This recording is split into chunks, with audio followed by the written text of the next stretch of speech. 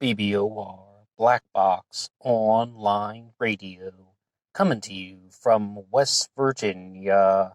BlackboxNed88 on Instagram for the bonus podcast. And just a couple quick announcements before we begin. The first thing I would like to say is thank you to everybody who listened to our upload on the psychologist Jordan Peterson. That's what we did yesterday. And we will have some different topics coming out throughout the week. But always want to say that this channel relies on your support. And the best way you can support this channel is just by listening to some more content. So in the description box here, we have our playlist on BBOR psychology. Some various types of psychological aspects that we've discussed on the channel, dealing with psychopathy, psychosis, all the good stuff. And there's even one on the thinking of Charles Manson in there. Once again, the playlist BBOR psychology is available in the description box. And we will be doing some other Zodiac killer discussions on the channel as well, and especially one on the murder of Sherry Jo Bates and some possible Zodiac killer connections at the end of this month. It is currently October, because, of course, Sherry Jo Bates was murdered on October 30th. The next thing I would like to say is that during this discussion, we're going to be mentioning a particular Zodiac killer suspect, and there will be a lot of interlacing from sources that are attributed to Mike Rodelli. So big thank you to Mike and all of his research and things that he has shared. So without further ado, let's have somewhat of a discussion on the Zodiac killer suspect, Kjell Qvale. And I have to say, this is the first time that I've ever really had to practice saying somebody's name. I was on YouTube and just looking at sound websites. How do you pronounce this name? And what I gathered from YouTube is that it's pronounced Shell, like seashell or Shell gas stations. But when I was listening to the video that had been posted on Tom Voigt's website, or YouTube channel, where you can hear Kjell Qvale talking in his own words. He was pronouncing it himself, Gel, but depends on who you believe. We'll say a little bit of Gel and a little bit of Shell. I don't pretend to be a Norwegian. I'm a West Virginian.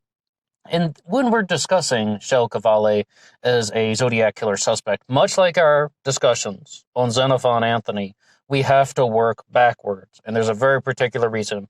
And we will mention Xenophon Anthony in this one as well, because we'll see that there's a little bit of interlinking and interconnection between these two individuals. Okay, let's begin. And this is the first time that we're ever going to be citing Sports Car Digest. And let's see what they have to say about Kjell Qvale. He was born in Trondheim, Norway in 1919 to a sea captain and his wife who immigrated to the United States to Seattle, Washington in 1929. From a young age, Kjell lived and breathed speed. He became a star athlete in track and field, and at age 20 unofficially tied the world record in the 100-yard dash. He attended the University of Washington and during his service in World War II became a U.S. Navy pilot. It was after that war that Qvale's attention was captured by automobiles. Now, you might have noticed that he born in Norway 1919, moving to the United States in 1929. When I was listening to that video of him on Tom Voigt's YouTube channel, he was 92 years old at the time of the video. He never lost his Norwegian accent. It sounds a little bit British, but definitely, a little bit British, a little bit Northern European, definitely not American. You could definitely tell that he had immigrated to the United States from a different country. Never lost his Norwegian accent, even though he only lived in Norway for 10 years during his childhood. So let's move on to talk about why Kjell Qvale has become a Zodiac killer suspect. Now, I said we're going to be working backwards, so we have to start at the end of the Zodiac canonical crimes and the murder of Paul Stine that happened on October 11th of 1969. Kjell Qvale was reported to have been seen in the vicinity of where Paul Stine had been shot in Presidio Heights because Kjell Qvale was a resident of this area, and people possibly believe that one of the reasons why the Zodiac killer was able to evade capture after the murder of Paul Stine on October 11th is because he lived in the nearby vicinity, and he was familiar with the streets. He knew how to exit into alleys, as well as just to walk about the area in a way that would not attract attention to himself. Xenophon Anthony, another Zodiac killer suspect, also lived nearby. So I would actually like to jump over to the website SFGate.com, and they have a similar article from the San Francisco Chronicle as well. And this is entitled, Conspiracy Theorists Believe a San Francisco Auto Mogul Was the Zodiac Killer. So what we can say about Kjell Qvale, of course, after his biography could continue a little bit, and he would go into the import-export business involving automobiles, as well as, of course, racehorses, but mostly automobiles. So the thing is, They are being very critical of people who believe that Kjell Qvale was the Zodiac killer. Many articles on the internet are just calling people who believe that Qvale had anything to do with this conspiracy theorists. But let's just read the article from SFGate.com, and this was written by Alyssa Pereira, and that was published on March 24, 2017, just citing the source. Kjell Qvale grew to fame and wealth in San Francisco decades ago, but some people believe far-out conspiracy theories that he may have also had a more sinister background as the area's infamous Zodiac killer. Every conspiracy needs a good debunking, and this one deserves just that. But first, let's hear it out. It's a far-fetched hypothesis, and one based entirely on two things. Number one, a vague facial similarity, talking about the resemblance between Kjell Qvale and the composite sketch. And then the second one is, Qvale happened to be walking his dog right nearby around the time that the killer murdered a taxi driver named Paul Stine in the Presidio Heights neighborhood of San Francisco. Okay, this is the way that the San Francisco Gate article introduces it. There's a very similar thing in the San Francisco Chronicle. I think they may have even copied some things over to San Francisco Gate from this. And also, just being clear that Kjell Qvale was the famous suspect that was known as Mr. X for a long time. He has passed away now. He died in 2013 at the age of 94. You heard two pieces of evidence that they have in favor of Qvale being the Zodiac killer, facial similarities, and that he lived nearby to where Paul Stine was. I found some other things, though, just going through ZodiacKillerSite.com and giving a shout out to Craggle, who wrote this. Sorry, this is my first post. Please be gentle with me. Is it possible that there is some sort of connection to Norway? The reason I say this is the Zodiac Killer mentions slaves in paradise, talking about the 408 cipher. Those who I have killed will be reborn, or will be my slaves in paradise. I will be reborn in paradise, and those whom I have killed will be my slaves.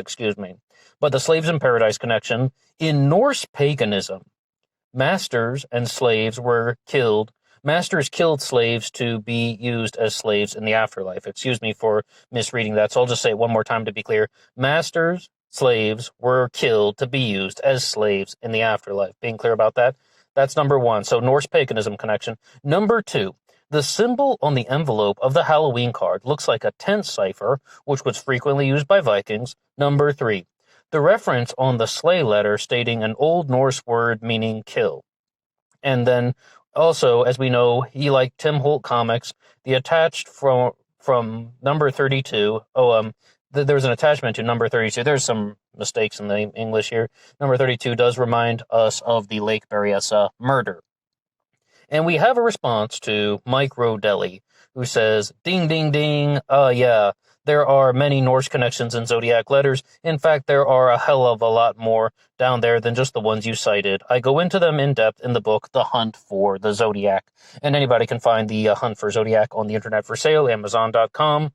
And thank you once again to Mike Rodelli. So we have Norse connections in the language. I have to say, though, we did an upload on this channel about the Norwegian Zodiac killer researcher named Soren Korsgaard, who says something rather to the contrary, that the linguistic setup of the Zodiac killer is not so much about a Norwegian. I mean, Korsgaard, a Norwegian himself, doesn't even address that. He instead says that the linguistic structure of the Zodiac killer's English is suggesting that it was a Canadian, someone who had spent his childhood in Canada, or perhaps a large amount of time in Canada. And that could also be one of the Deer Lodge connections. And it could even be something completely different. And the things that are talked about in Korsgaard's books are actually mentioned here on this WordPress called questorsite.wordpress.com that talks about some of these things. Throughout Zodiac's letters, he dropped hints of British influence, but they weren't too deep. Happy Christmas, kitties bouncing off the bus, and blue meanies, which blue meanies could simply mean that he had watched the Beatles' Yellow Submarine. There was superficial Britishness, nothing more, but it was in the grand exact opposite of his true tastes in the old Opry. Okay, so about this question here, Korsgaard began to think that these types of linguistic issues were Canadian. This WordPress here says that they were perhaps British, and I would even say that blue meanies, as far as I've known after looking into this, that's also something that is mentioned in James Dean in one of his movies, but that I think would have come out earlier than that. But I mean, I don't even remember that too well, so I shouldn't speculate on that too much. But what I want to say about that is we might have some other things that would be in favor of Kjell Qvale.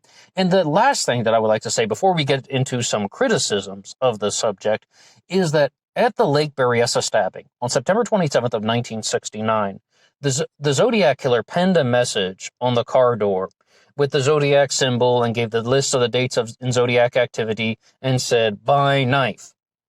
What did we say that Kjell Qvale did as his profession? He worked in the import-export business with automobiles. And the car that Brian Hartnell had driven to Lake Berryessa, the Karmann Ghia, was purchased from Kjell Qvale's showroom. I believe it was the showroom in Oregon, not in California, but Qvale was a Napa County resident, as I understand from going through these things. And I have to say, though, I actually went through every page that they had with Kjell Qvale on Google. I mean, it was the first time I ever just got to the end, like when I'm reading up about a suspect, and like there are no more pages to go through about Kjell Qvale, Zodiac killer.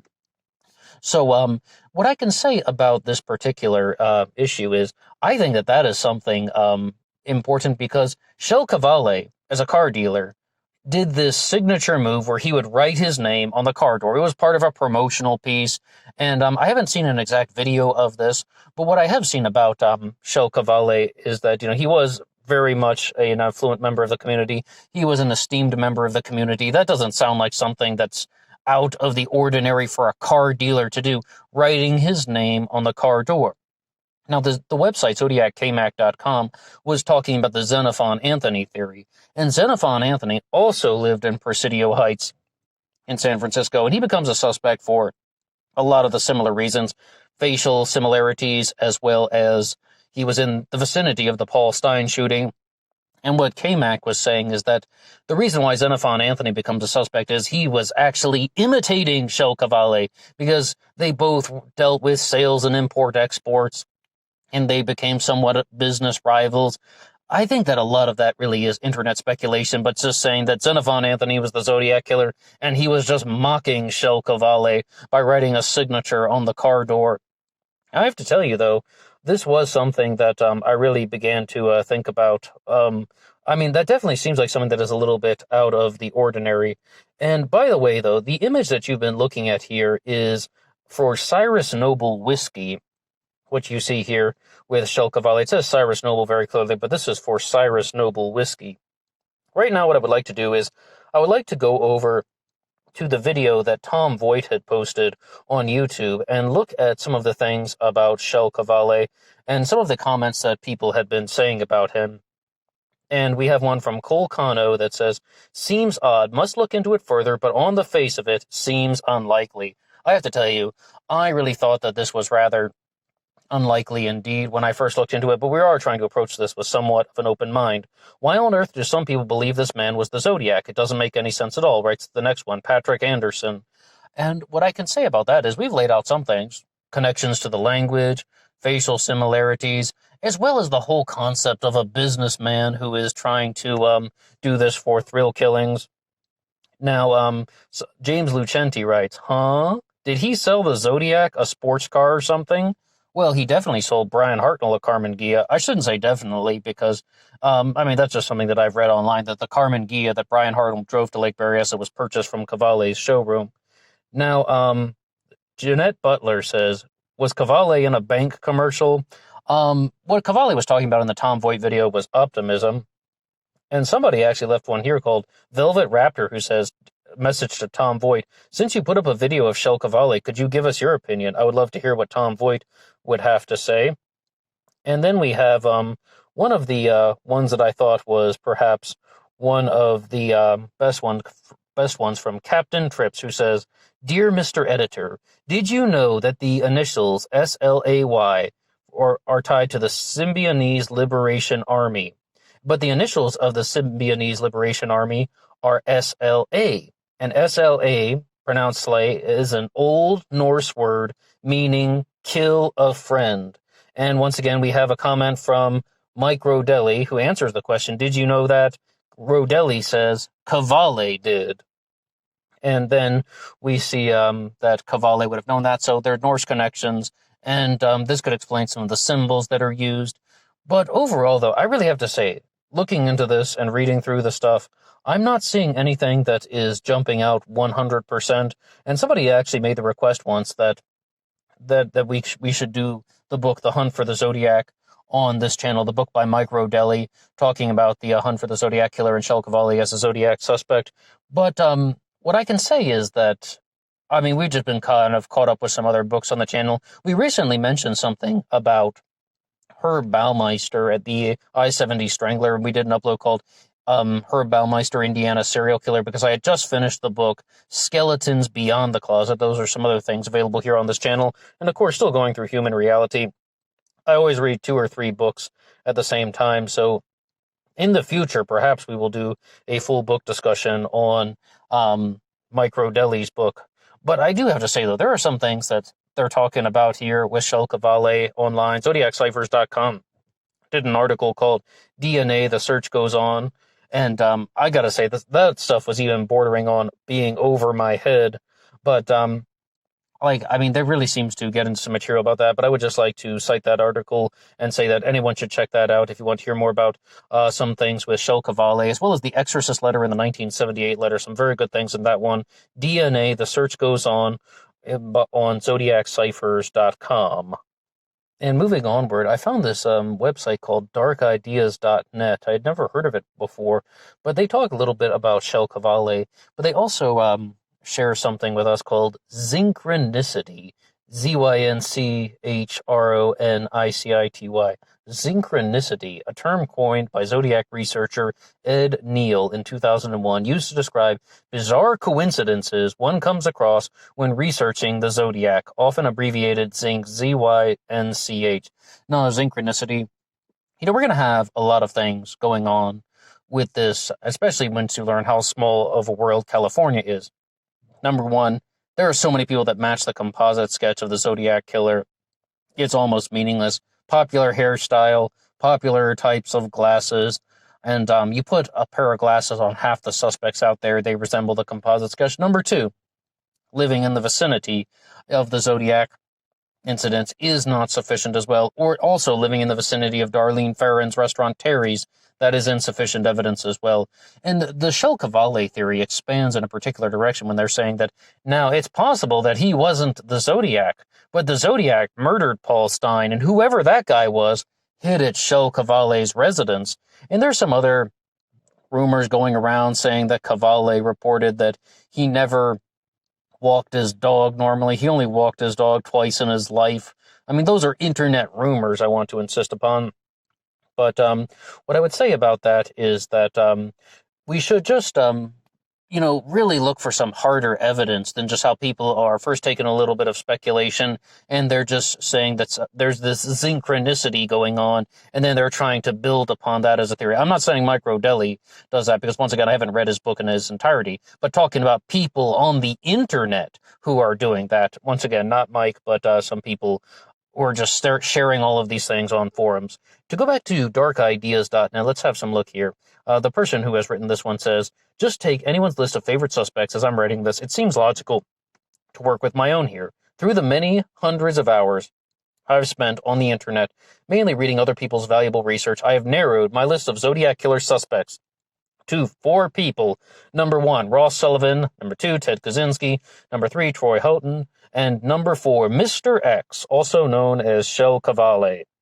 And we are going to look at what they say about Mike Rodelli. The other book I highly recommend is The Hunt for the Zodiac by Mike Rodelli, where Oswell schools us in the art of academic-style research. Mike Rodelli puts us all to shame with his actual boots-on-the-ground investigation and interviews with those involved in the Zodiac case. The long-awaited account of his research into the elusive Mr. X matches many efforts for astronomical levels of confidence if that transpires that his man is not the Zodiac. And I really have to say, as far as I understand, Mike Rodelli was the one who was very much involved with getting the FBI to make the Zodiac Killer case file available to the general public, so he has done a lot in that respect. But when we're looking at Kjell Qvale, as far as I understand, Micro Deli has also interviewed him, and it's one of the few times that a Zodiac killer suspect has just voluntarily sat down with someone who is researching him as a suspect and tried to clear his own name, or at the very least just to being interviewed. And I'm not necessarily completely set on that, but let's go back to some of that because they're going to talk about that here in this article. Mr. X, otherwise known as Kjell Qvale, is one of the few suspects who is still alive in the age of internet forums. Once again, Qvale passed away in 2013. Mr. X became the pseudonym used to describe this individual and also to discuss his viability as the killer. I approached Micro Deli's book with a healthy dose of skepticism on its publication following Qvale's death, but taken aback by the strength of the arguments presented. This prompted my own dive down a rabbit hole that led to my first synchronicity experience. Often when researching a case like the Zodiac, it can be disappointing to search a forum and find that your amazing discovery has already been found many times over. As such, it can be hard sometimes to work out who discovered what first or who to credit. I can say for certain that I was set on my own pathway of synchronicity by a discovery made on ZodiacKillersite.com and by the forum UK Spycatcher, the forum user UK Spycatcher, by the way. And we can't stop there, so we have to keep going.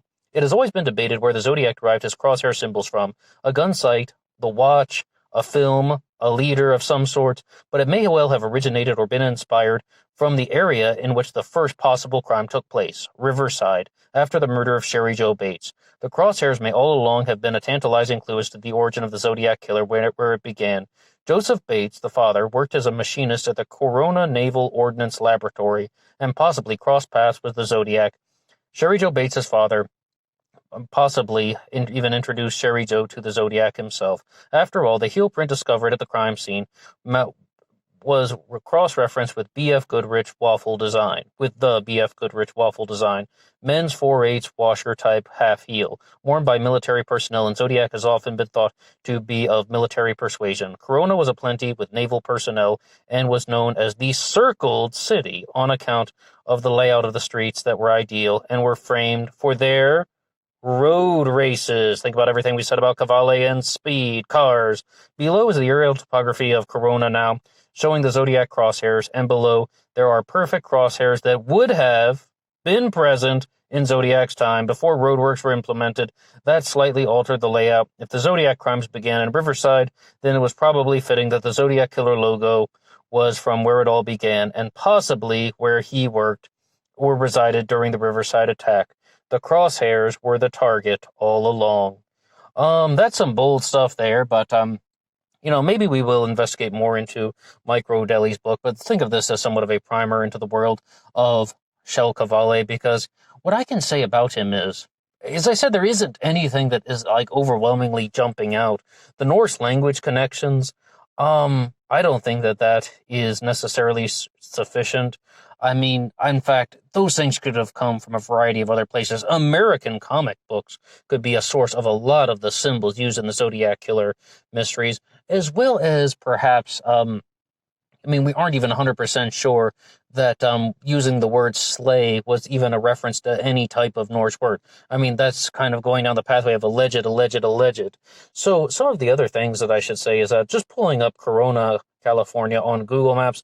Yes, indeed, absolutely. It really is a circle with the crosshairs going through it. That really, I give them credit for that. And it's called East Grand Boulevard, and that is the circular road, and it intersects with South Main Street and West 6th Street, and I do thank them for sharing that there. But we're going to maybe think of this as a beginning to our discussions on Kjell Qvale as a Zodiac killer suspect. That signature on the corridor, that really gets me curious, but curiosity, that's pretty much all I can offer at this point. What do you have to say about Qvale as a Zodiac killer suspect? And I know this is just like an introductory piece, so what I can say is that perhaps we will look into some more things, and we will expand upon this in a future upload. But what do you have to say about Kjell Qvale? And that'll be all for me now. I apologize for all the misspeakings that were going on throughout this one. But if you'd like to listen to our playlist on BBO War Psychology, available in the description box, that's the best way you can support this channel. If you like this upload, you can hit the like button, and if you haven't subscribed yet, you're welcome to do so.